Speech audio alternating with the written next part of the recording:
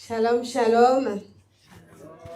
Nous passons à un temps de témoignage. Nous sommes dans un ministère vivant parce que nos prières ne sont pas muettes. Quand nous élevons nos prières, nous avons la grâce d'être dans un ministère où on peut prier et voir les résultats dans nos vies. Amen. Amen. Donc, nous allons commencer par le témoignage de notre sœur Jessica, qui va nous dire ce que Dieu a fait dans sa vie. Amen. Amen. Alors, on va commencer. Tu peux te présenter auprès de la communauté et de tous ceux qui nous écoutent à distance. Shalom à tous. Je m'appelle Jessica.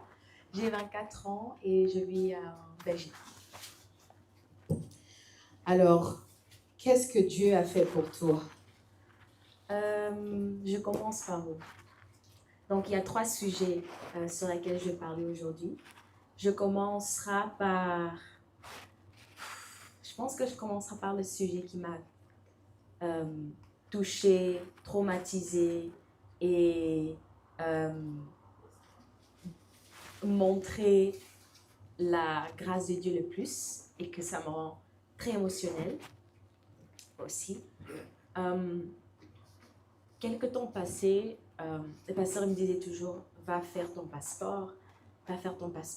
Je suis de nationalité chypriote, de côté de mon père. De côté de ma mère, je suis de Congo, mais mon père, il est chypriote congolais. Donc, j'ai pris la nationalité de mon père, de son père, qui est full, complet chypriote. Donc, pour toutes mes démarches, je dois toujours m'adresser aux ambassades chypriotes ou partir à Chypre, etc. Donc, j'ai perdu mon passeport en décembre. Et je pense que quelqu'un l'avait volé, ou quoi que ce soit, ou je l'ai perdu. Je pense que je l'ai plutôt perdu à cause de mon ignorance, mais je ne suis pas sûre. Parce que c'était dans mon sac. Je suis arrivée à l'aéroport pour partir en Afrique du Sud, pour être au camp de jeûne et de prière. Je regarde dans mon sac. Il y avait encore 20 minutes avant qu'on peut faire les check-in. Et bien sûr, parce que j'étais très très ignorante, toujours trop tard partout, tête à l'air. Je regarde dans mon sac, j'essaie de faire le check-in, je vois que mon passeport n'est pas là. Et c'est là que j'ai su que j'ai des problèmes. J'ai besoin que je dois faire un nouveau passeport. C'est là que tous les problèmes ont commencé à propos de mon passeport. Et je suis rentrée à la maison, j'ai perdu de l'argent. Je suis en train de repayer l'argent qui m'agace en fait. Parce que j'ai, 1, perdu mon passeport, 2, j'ai perdu de l'argent, 3, je dois repayer la personne de qui j'ai emprunté l'argent. Et c'était très frustrant. Mais Dieu, le pasteur m'a dit, voilà, fais ton passeport. Il m'a dit depuis. Mais je ne voulais pas, je voulais pas, c'était comme si que j'avais pas l'envie de le faire. Et maintenant, en juin, je me suis dit, bon, les examens sont finis, je dois faire mon passeport. Je devrais partir à Hollande pour prendre un laissez-passer. Un laissez-passer, c'est un papier qui te permet d'entrer au pays quand tu n'as pas de passeport. J'ai pris le laissez-passer, je suis entrée à Chypre. J'ai fait une réservation de... Bon, mon plan était de rester 2 jours, mardi à mercredi. Ça, c'était mon plan. Le pasteur m'avait dit, ma fille reste quelques jours. Je pense qu'il avait dit 4 jours, mais ce n'était pas 2 jours. L'autre fois, en 2023, quand j'étais partie en Chypre, il m'avait dit la même chose, reste quelques jours. Et je me suis dit, bon, je vais partir en Chypre, ça va être vite fait. Comme l'autre fois, c'est un speed passport, donc c'est vite fait. Donc dans ma tête, je me suis dit, ça va prendre 3 heures. C'était vraiment... ce n'était pas ce que j'avais cru. C'était pas du tout ça. Je pars en Chypre avec, dans ma tête, je vais rester 2 jours. J'arrive mardi matin. Et je rentre à la maison mercredi soir. Donc, j'avais 2 jours pour faire mon passeport. Je me suis dit, je connais la place, je connais l'ambassade, je sais que ça va prendre 3 heures comme la fois passée. Je sais. Ça ne va pas être quoi que ce soit. J'arrive là-bas, donc je prends d'abord le bus, 3 heures. J'arrive là-bas, ils me disent, c'est pas ici. On a déplacé la place pour faire le passeport. J'ai dit, mais non, ça c'est une blague. Donc, j'ai dit, keep your cool, reste focalisé, aie l'espoir, il n'y a pas de problème. Je prends le bus, je pars à l'autre place. J'arrive là, donc c'était déjà 10h, 10h, 10h30. Et eux, ils ferment à 14h30. Donc, je pars à l'autre place. Il dit, mais tu as perdu ton passeport. Où sont tes papiers de policier? On doit voir les papiers que les policiers ont écrit que tu as perdu ton passeport. Je dis, oui, je l'ai. Mais il dit, non, on veut le papier chypriote. Et quand tu as fini avec ces papiers de police, tu pars au tribunal, ici à Chypre. Je dis, quoi? Je suis chypriote de sang, mais je connais rien. Je connais pas la langue ou quoi que ce soit. Je connais rien. Donc, je me suis dit, partir à la police, partir au tribunal, ça, ce n'était pas partie de mon plan. Bon, je pars à la police, je pars au tribunal, j'ai marché parce que j'avais utilisé tout l'argent du transport, je n'avais plus l'argent du transport. Donc, je ne pouvais pas prendre un taxi, même en bus. Je pars à une certaine place, la dame me dit, pars à l'autre place pour aller à la police. Et je l'ai dit, je l'ai même demandé l'argent pour le transport parce qu'à Impact, j'ai appris que c'est très important de demander de l'aide. Et c'est quelque chose que normalement, je ne fais pas souvent. J'ai dit, s'il te plaît, est-ce que je pourrais avoir 2 euros pour le bus? Elle m'a donné avec plaisir. Et elle m'a dit de partir à l'autre station de police. Donc, je suis partie à l'autre station et tout était en ordre. Ils ont fait la lettre que j'avais besoin, ils m'ont donné. Et là, je suis partie au tribunal. Un autre 30 minutes parce que chaque place, c'était 30 minutes de marche. Donc, je pars au tribunal, je retourne. À la fin, je me rends compte que j'ai marché pendant 3 heures. 3 heures comme ça. Je me dis, oh non, ils vont fermer. Donc, j'étais là à 10h30 à l'ambassade où je devais être. Mais quand je suis en train de retourner, je vois que c'est 14 heures. Je me dis, oh non, il me reste encore 30 minutes. Mais c'est 30 minutes de marche.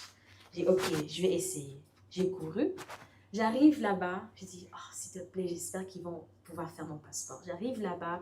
Il me dit, non, tu dois revenir demain. J'ai dit, oh non. Je ne sais même pas comment expliquer parce que j'avais encore un jour, je devrais retourner. Il me dit, tu dois faire ton passeport qui est à 190 € et tu dois aussi augmenter l'argent parce que toi, tu dois faire ton carte d'identité chypriote. Parce que c'est déjà la deuxième fois que qu'on va faire un passeport pour toi. Donc, tu ne peux pas seulement faire un passeport comme ça. Tu as besoin d'une carte d'identité chypriote. Donc, tu dois encore payer plus. Je me dis, mais j'avais que l'argent pour mes démarches qui était précisément ce que j'en avais besoin parce que j'en avais pas plus. Donc, le stress était là. Et en plus, il me dit, tu sais que ça ne va pas prendre quelque temps, ça va prendre 2 jours. Donc, c'est mieux que tu restes jusqu'à lundi. Je dis, mais qu'est-ce qui se passe? Donc, je dois augmenter l'argent. Je suis en train de tourner à gauche et à droite et je dois rester pour quelques jours de plus. Je me suis dit, mais qu'est-ce qui se passe? J'avais demandé aussi pour mon hôtel. En fait, je n'avais pas d'hôtel en ce moment. J'avais booké pour l'hôtel. Mais en ce moment, l'argent que j'avais pour l'hôtel, ce n'était pas là. Donc, il y avait l'hôtel qui était booké, mais je n'avais pas les moyens de payer. Et c'était en situation bizarre parce que l'argent n'arrivait pas. Bizarrement. Je me suis dit, ok. J'appelle le pasteur, je lui explique la situation. Et il me dit, tu vois, il faut écouter quand je te donne conseil, il faut écouter. Et il m'a dit, bon, ne bouge pas jusqu'à Dieu. Dieu va faire grâce, mais ne bouge pas. Reste là où tu es et demande pardon. Miséricorde, demande pardon. Donc, c'est ça que j'ai fait. J'étais là devant l'ambassade, j'étais fatiguée. Je me suis dit, je vais seulement rester là. Je vais demander pardon, miséricorde à Dieu, afin qu'il fasse quelque chose, quoi. Donc, j'étais là devant la porte, je me suis mis au sol. J'ai dormi là devant la porte parce que je me suis dit, mais il n'y a rien d'autre que je peux faire. Je me suis mis là et je me suis dit, je dois attendre Dieu.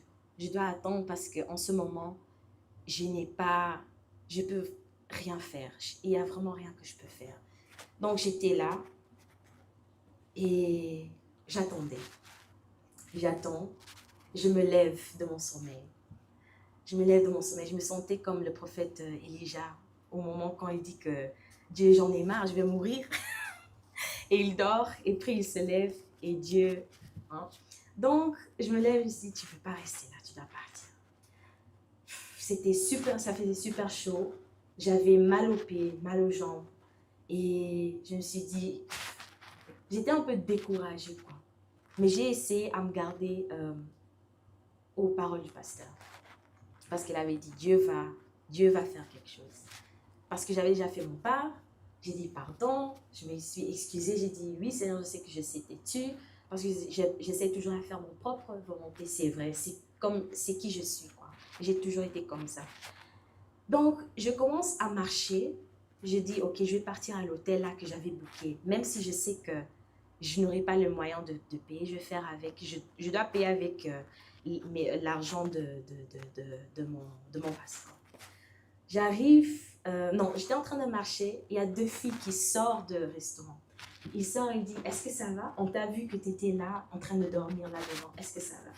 Je lui explique la situation et je dis, en fait, en ce moment, j'ai rien. J'ai mon passeport que je dois faire.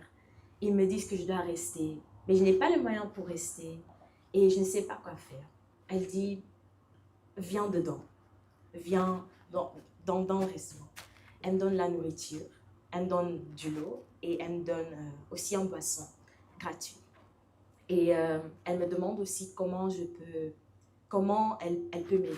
Mais j'explique encore la situation un peu plus claire. Et puis elle dit, attends un peu, je vais gérer. Donc elle part chez son chef et elle explique la situation. Et elle revient, après quelques temps, elle dit, c'est bon, on va payer ton séjour. On va payer ton hôtel. Amen. Amen. Donc, le monsieur était là, il a réglé ça. J'ai pu dormir dans une chambre. C'était comme un complexe. Il y avait des chambres, mais chacun avait sa porte, chacun avait sa clé. Et il y avait une cuisine, il y avait une douche, il y avait tout. Donc, j'ai pu me lever et ils m'ont donné un rendez-vous le matin à 8 h. Moi qui aime dormir, je me suis levée à 8 h. Je dis, oh non, ça c'est typiquement moi encore. Mais bon, bref. Je pars, je prends le taxi parce que l'argent que j'en avais besoin était arrivé. Je prends le taxi et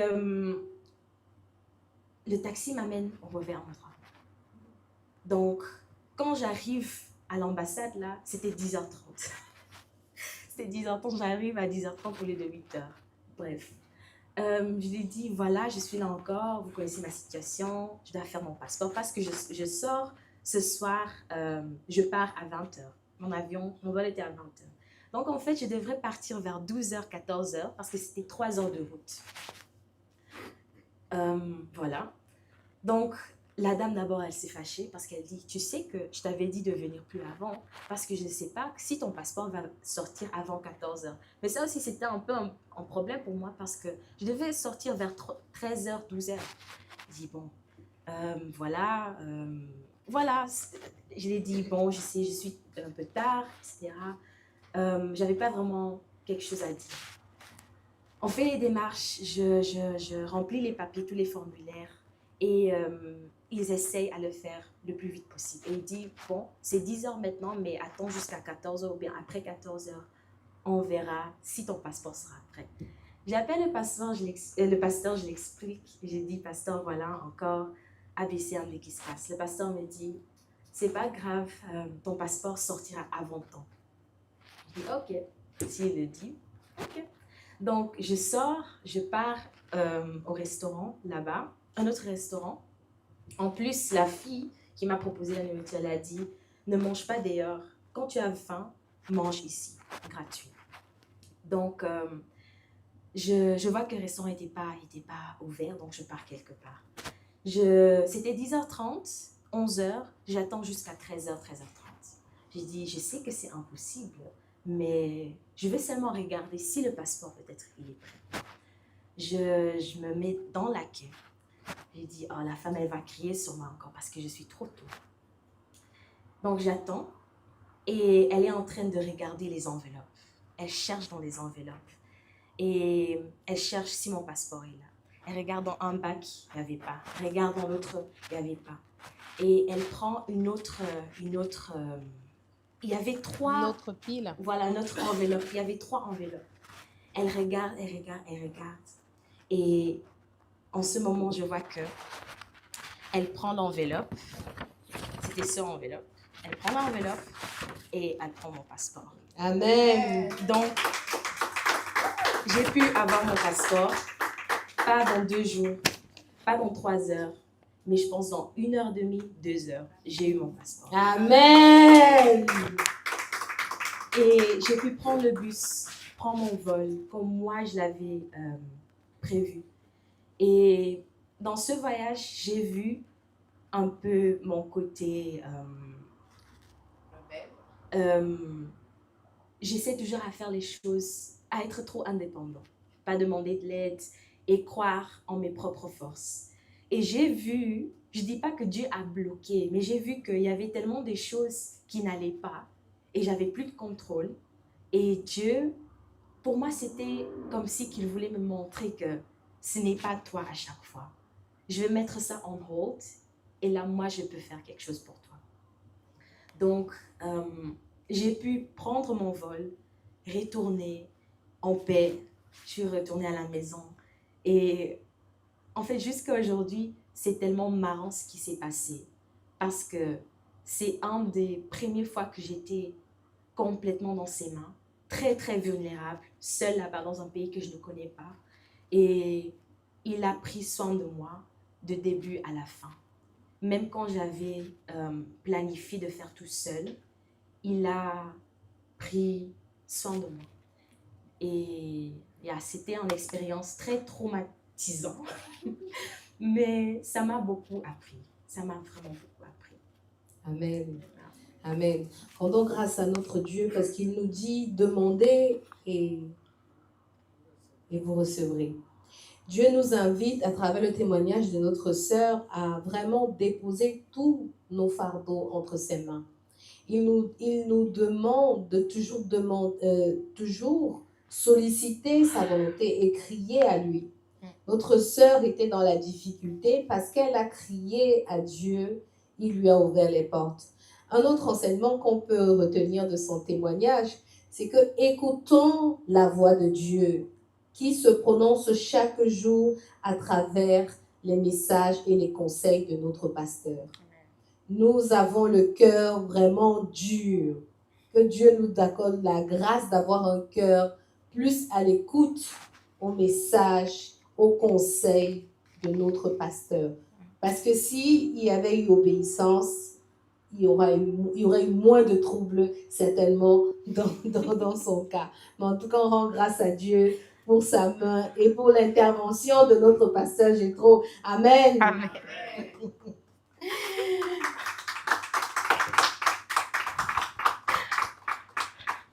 Alors, Dieu t'a béni également dans tes études. Est-ce que tu peux nous en dire Oui.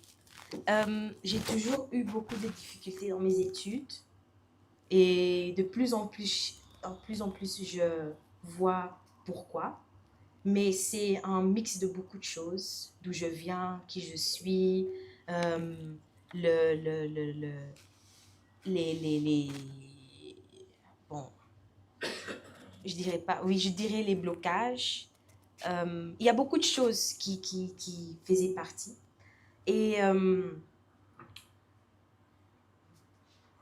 j'avais mes examens, ça fait 2 semaines.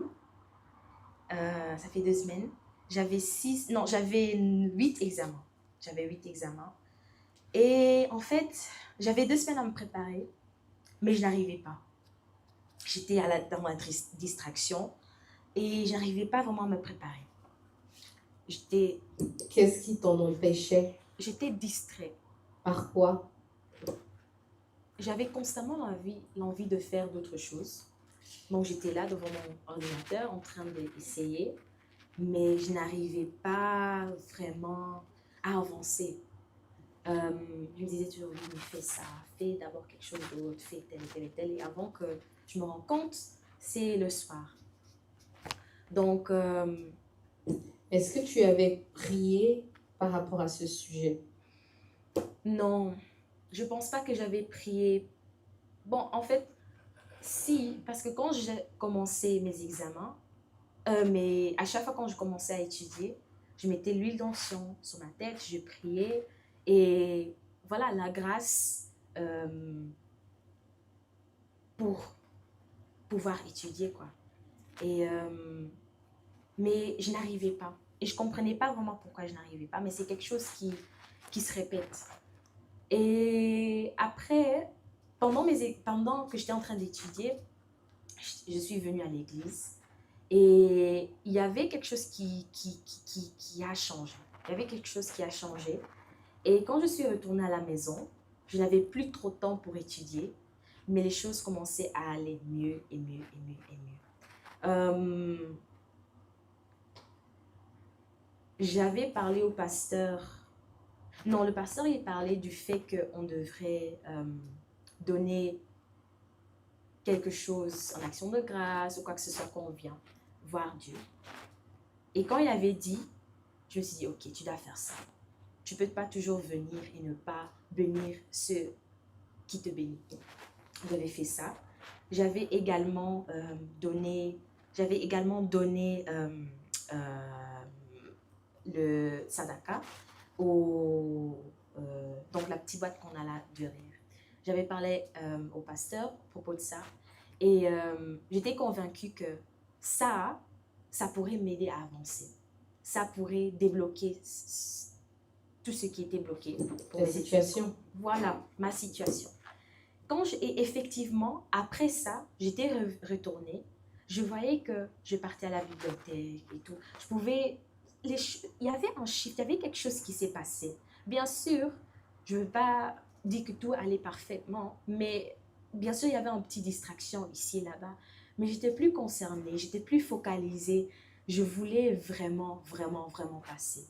Et vraiment, c'était un peu bizarre parce que c'était quelque chose de nouveau pour moi. Donc, pendant mes examens, vraiment, j'ai fait de mon mieux. J'ai vraiment vu une grande différence. Donc, j'avais 8 examens et à la fin, j'ai pu passer 6 sur 8. Donc, il y a que 2 examens que je dois refaire. Mais dans le passé, c'était parfois 6, parfois 5, parfois 13.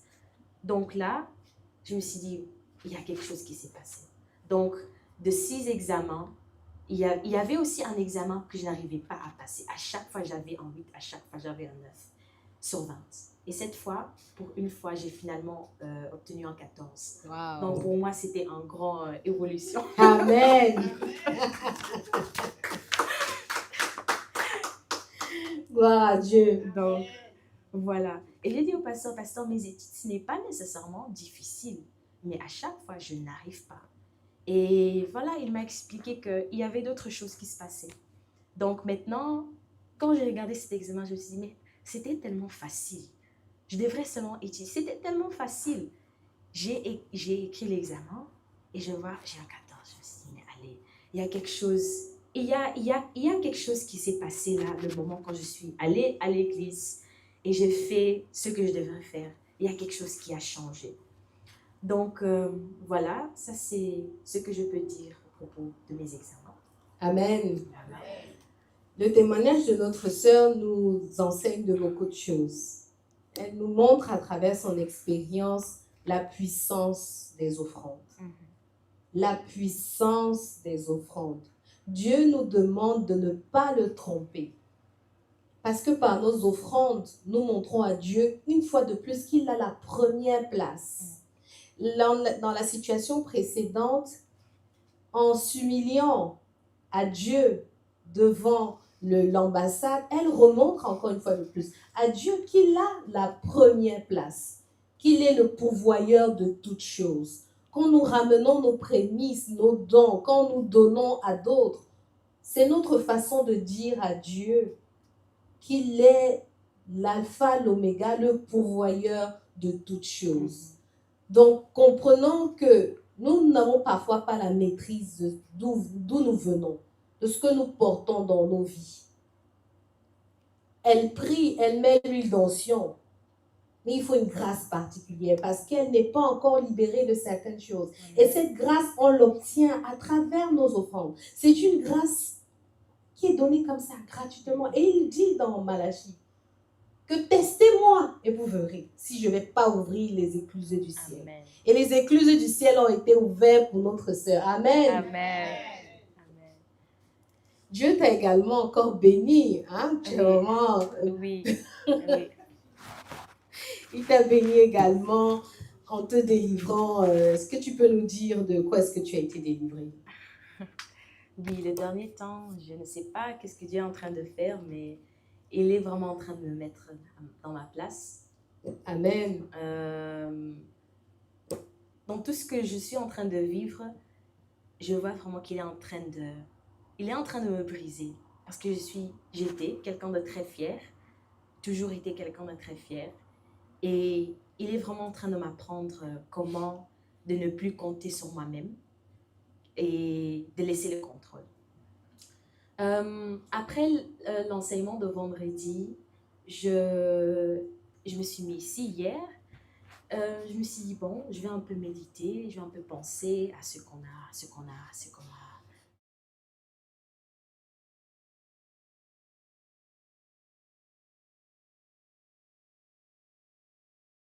que j'ai vécu pendant toute ma vie.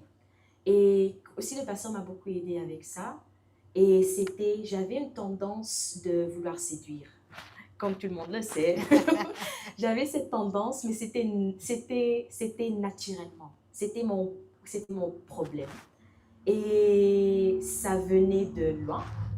Et c'était...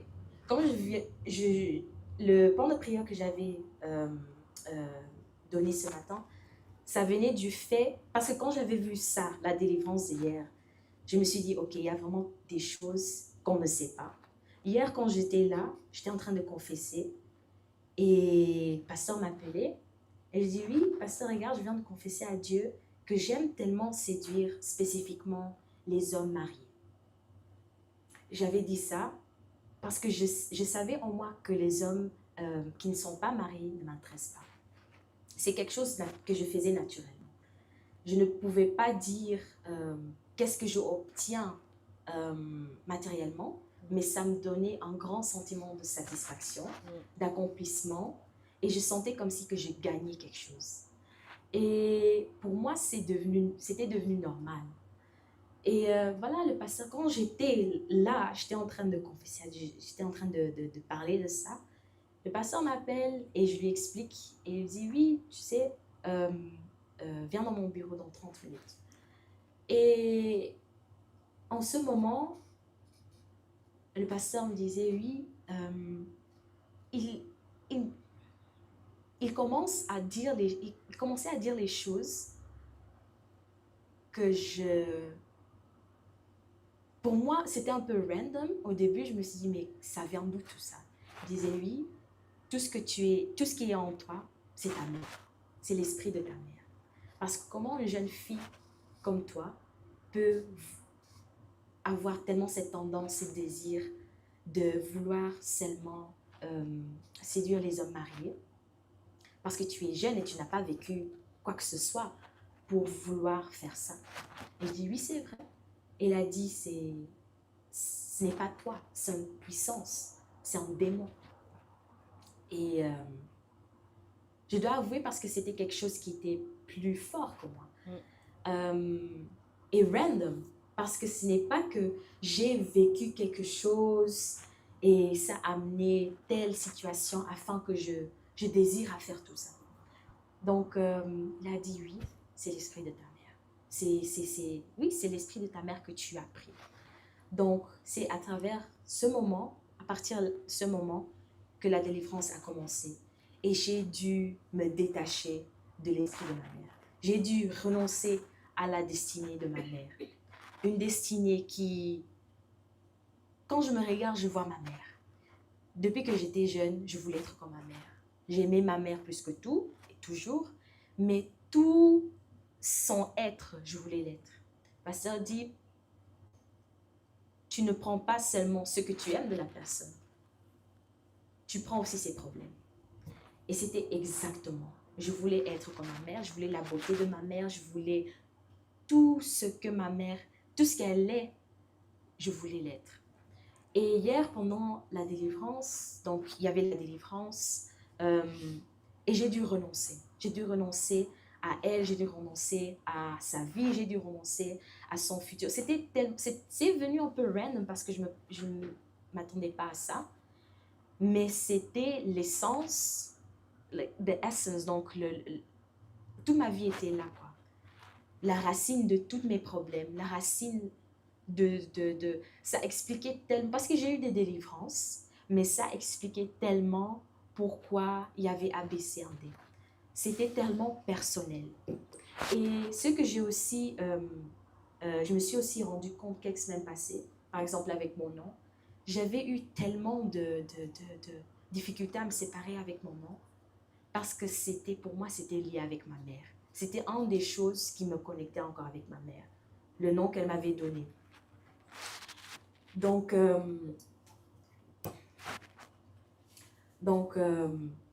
tout était...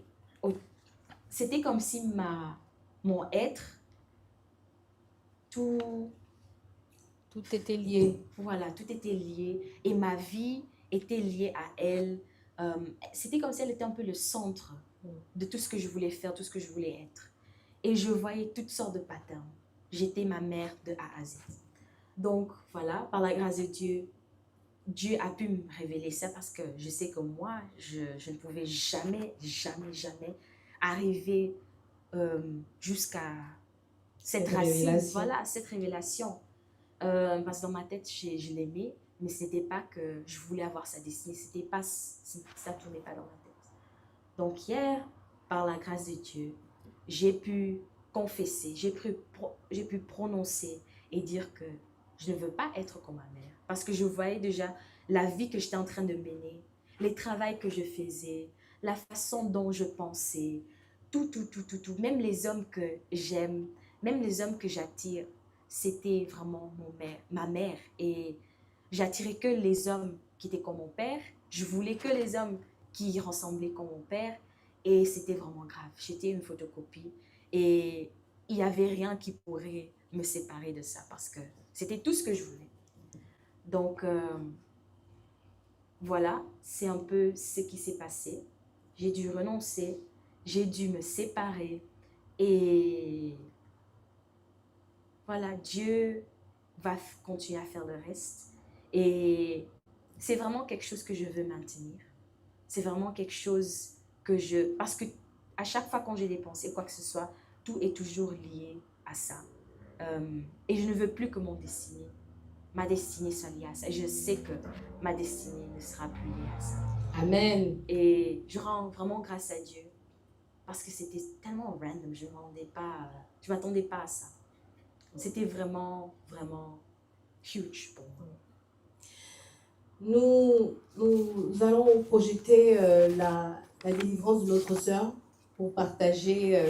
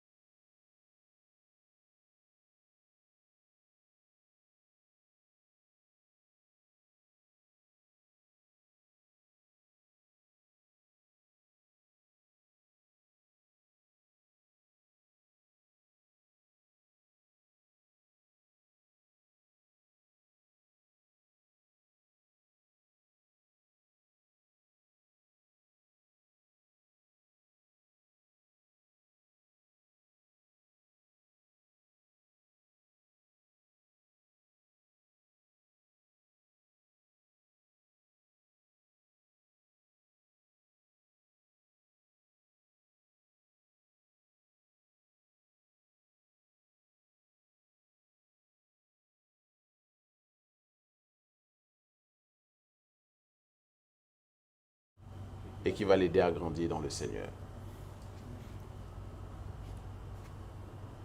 À partir d'aujourd'hui, que le sang de Jésus-Christ nettoie son esprit de tous les dépôts sataniques qui ont été posés en elle depuis son enfance.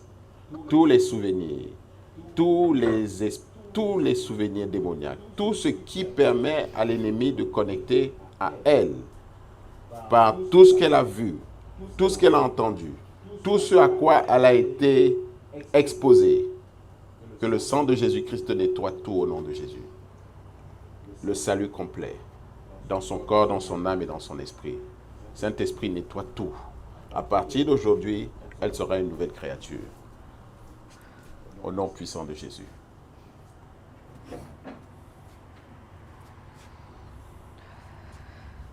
Nettoie tout, Saint-Esprit.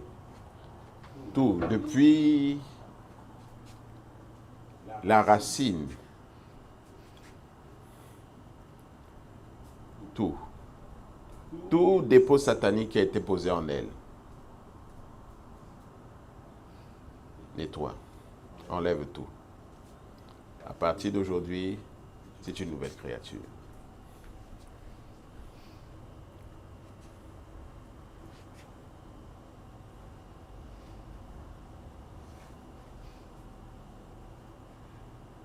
Tout esprit des ténèbres, vous libérez ce corps maintenant. Ce corps, à partir d'aujourd'hui, va être un instrument pour le Seigneur Jésus.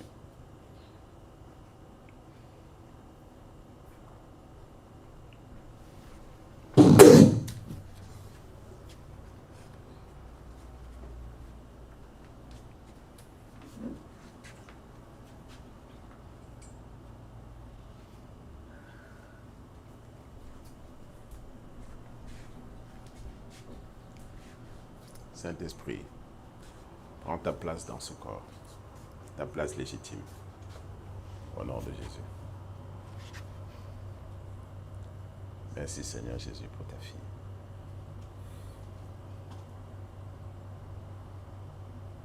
Glorifie-toi dans sa vie, d'une façon si exceptionnelle, que le monde sera dans l'étonnement. Elle t'a glorifié, Seigneur. Glorifie-toi. Elle t'a honoré, Seigneur. Honore-la. Au nom puissant de Jésus-Christ.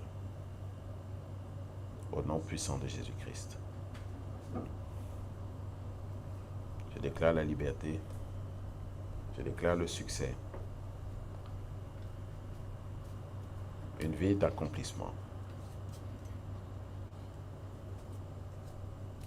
Je déclare la liberté.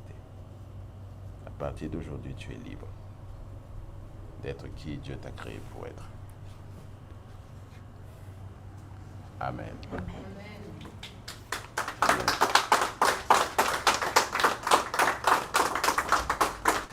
Amen.